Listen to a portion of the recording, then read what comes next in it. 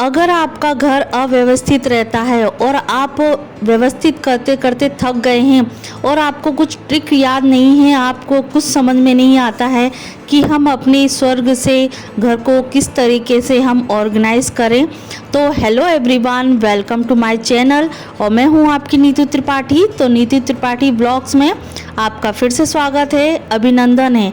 तो फ्रेंड्स, आज मैं आपको कुछ टिप्स और ट्रिक्स समझाने वाली हूँ और कुछ बताने वाली हूँ जिससे आपका जो घर है बिल्कुल व्यवस्थित होने वाला है।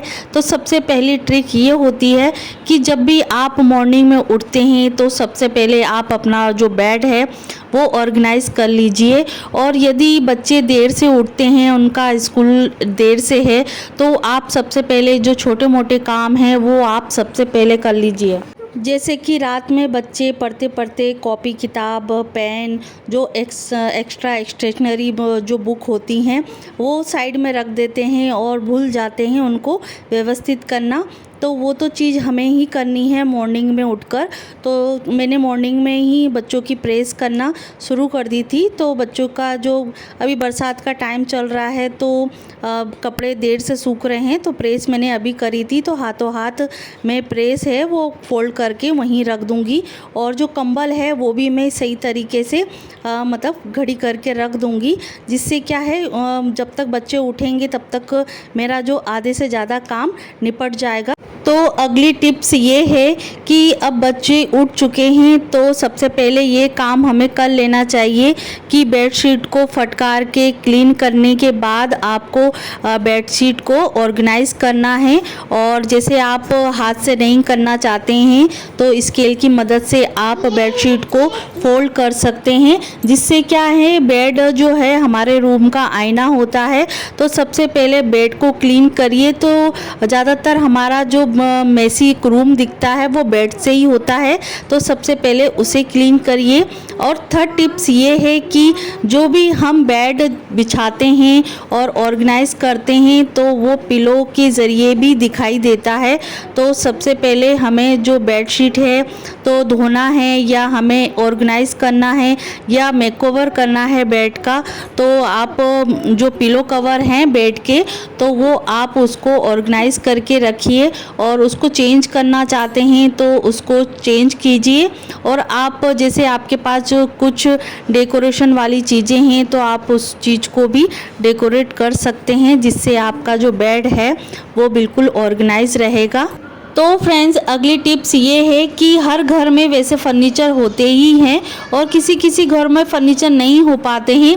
और जैसे आपके घर में फर्नीचर लगने वाला है या ऑलरेडी पहले से फर्नीचर है, तो जैसे आप क्लीनिंग नहीं रोज़ कर पाते हैं तो सबसे पहले तो ड्रेसिंग टेबल जो है वो हमें डेली क्लीन करनी चाहिए, क्योंकि ये हम जो है ना नहा धो के हम जो अपना मेकअप करते हैं, बच्चे भी तैयार होते हैं, हस्बैंड भी तैयार होते हैं, तो इसी का ज़रिए ही एक तरीके से होता है जो फ्रंट जो पेज होता है वो उस तरीके से हमारा जो ड्रेसिंग टेबल होता है वो फ्रंट पेज ही होता है, जिससे हम अपने आप को निहारते हैं। और तो उसे क्लीन करना तो बहुत ज़रूरी होता है, क्योंकि नहा धो के तो हम उसी के सामने जाते हैं। और जो ऊपर वाला हिस्सा होता है वो मैं बाद में क्लीन कर लेती हूँ।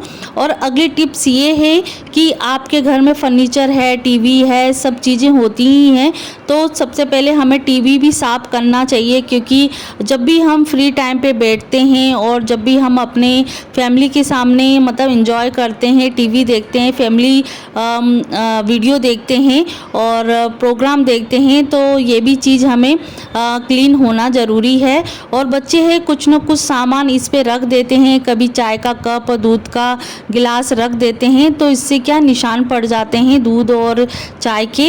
तो जब भी हम सुबह उठते हैं तो एक हाथ इस पे फेर देना चाहिए। और वैसे ये डेली वाला ही क्लीनिंग है, और आप इस कुछ कुछ चीज़ें होती हैं जो आप वीकली में कर सकते हैं। तो मैंने डेली वाला रूटीन और जो वीकली वाला रूटीन है वो मैंने अलग अलग बांट के रखा है। तो यहाँ मेरा जो वीकली है जो फर्नीचर होता है, पूरा फर्नीचर जैसे हमें ऊपर वाला जो पोर्शन है हमारा रोज़ हाथ नहीं पहुँच पाता है, तो मैं उसको वीकली में करती हूँ। और मेरा जो मंथली वाला है रूटीन वो मैं मंथली में करती हूँ। इस तरीके से मैंने अपने जो काम को बांट के रखा है, तो इससे क्या है, इससे ज़्यादा काम में लोड भी नहीं पड़ता है। और क्योंकि जो डेली वाला रूटीन है वो हमें पता ही है कि हमें क्या क्या पोंछना होता है, क्या क्लीन करना होती है, क्या डस्टिंग करनी होती है। और यहाँ देखिए मैं खाना बनाने के लिए आ गई हूँ किचन में। तो खाना बनाते समय आप इस तरीके से ट्रिक जो है वो अपना लीजिए, तो जो आपका काम है बिल्कुल आसान हो जाएगा और जो किचन है वो आपकी हमेशा रहेगी क्लीन रहेगी। और फिर यहाँ जैसे मैंने खाना बना लिया है, तो तब तक मैंने जो कुकर की सीटी है वो लगा दी है और मैंने एक तरफ दूसरी सब्जी भी बना दी है। और तब तक ये है कि ये अपना काम कर रहा है, तब तक मैं अपना जो दूसरा काम है वो कर लूँगी। और प्लेटफॉर्म तो सबसे पहले क्लीन होना ज़रूरी है। और ये छोटी मोटी जो समय की चोरी करना होता है वो हमें हर गृहिणी को आना चाहिए। तो अगली टिप्स ये है कि जैसे हम पूरा किचन का काम करने के बाद जैसे हम फ्री होते हैं, जब हमारा मन अच्छा होता है, तो जब भी आप जैसे ऊपर वाले काउंटर पे कुछ सामान रखते हैं, मसाले रखते हैं, तो जैसे आप वीक में मसाला वाला जो डिब्बा होता है, वैसे तो हम डेली में जो मसालदानी होता है वो यूज़ करते हैं। और वीकली और मंथली में हम जो स्टोरेज वाला जो हमारा भंडार गृह होता है, तो उसमें हम जो मसाले स्टोर करके रखते हैं, तो वीक में हम निकालते हैं या मंथली में निकालते हैं। तो जब भी आप निकालें उसको, तो एक तरीके से पूरी तरीके से उसको क्लीन करके रखें। तो उसको गीले कपड़े से या सर्फ के पानी से अच्छी तरीके से क्लीन करके उसे ऊपर ऑर्गेनाइज करके रख दीजिए। तो महीने भर की और वीक वाला जो काम है वो हमारा हो जाता हल्का। और यहाँ जो ये आप देख रहे हैं प्लास्टिक वाली बास्केट, तो इसमें क्या होता था कि मैं इसको भी वीक में ही मतलब धोती हूँ उसको सामान को, क्योंकि इसमें पानी के जो निशान पड़ जाते हैं और कभी कभी कुछ ना कुछ सामान रखा जाता है, तो मैं वीक में एक बार इसको मतलब रख देती, क्योंकि सर्फ का भी थोड़ा सा जो चिकनाहट होती है कहीं ना कहीं आ ही जाती है। तो यहाँ देखिए मैंने बर्तन धोकर उसको ऑर्गेनाइज करके रख दिए हैं। तो एक तरफ मैंने रखे हैं कप और दूसरी तरफ रखे हैं जो कॉफ़ी और चाय पीने वाले जो कप होते हैं, और जो छोटी छोटी सी गिलासियाँ हैं वो भी मैंने एक तरफ ऑर्गेनाइज करके रख दी है। और जो बास्केट मैंने धोई थी तो वो भी मैंने मांज के और धो के अच्छी तरह से ब्रश से, जूना से, और जैसे छोटी छोटी बास्केट होती हैं जिसमें हमारा हाथ नहीं जा पाता है, तो आप उसको ब्रश से भी साफ़ कर सकते हैं। तो ये मैंने चम्मच के लिए ऑर्गेनाइज करके रखा है। तो एक तरफ से ये मेरा जो फर्नीचर है वो हो गया है ऑर्गेनाइज और मेरा सामान ऑर्गेनाइज हो गया है। और ये भी मेरा एक तरीके से वीक वाला ही काम है जो अगले टिप्स मैं आपके साथ शेयर कर रही हूँ। और कुछ 10 टिप्स हैं, इससे आपका जो रूटीन है वो बिल्कुल मतलब आसान हो जाएगा काम करने का। ये मेरा ये जो काम है वो डेली वाला नहीं हो पाता ये वाला, तो ये मैंने इसको वीक में डिवाइड करके रखा है। तो जो अंदर जो हमारा आटा रहता है, आटे वाला जो डब्बा होता है, तो वो कहीं ना कहीं हम आटा छानते हैं, आटा गूंथते हैं, तो वो छलनी से धीरे धीरे हमारा वो नीचे गिर जाता है। तो उसकी वजह से तो वहीं की वहीं मैं एक तरीके से पोछा भी लगा देती हूँ, तो वो हाथों हाथ क्लीन हो जाता है। और जहाँ तक मेरा हाथ नहीं पहुँचता है तो वो मैं अंदर तक उसको वीक में ज़रूर मैं पोंछती हूँ। और डिटॉल वाले पानी से ही मैं पोंछती हूँ, क्योंकि वहाँ सिलेंडर भी रखा है और आटे भी रखा रहता है, तो कभी कभी चूहा आने का भी डर रहता है। तो यहाँ मैंने डिटॉल के पानी से ही पोछा लगाया है।